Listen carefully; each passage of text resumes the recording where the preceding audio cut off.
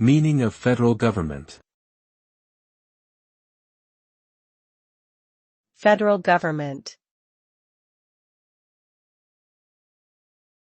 Federal government. Federal government. Federal government. The term federal government refers to the national government of a federation or union of states.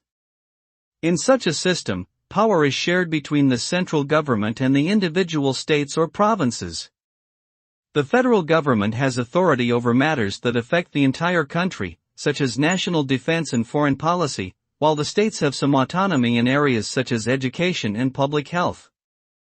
This division of powers helps ensure a balance of power between the central government and the states, while also promoting unity and cooperation among all members of the federation.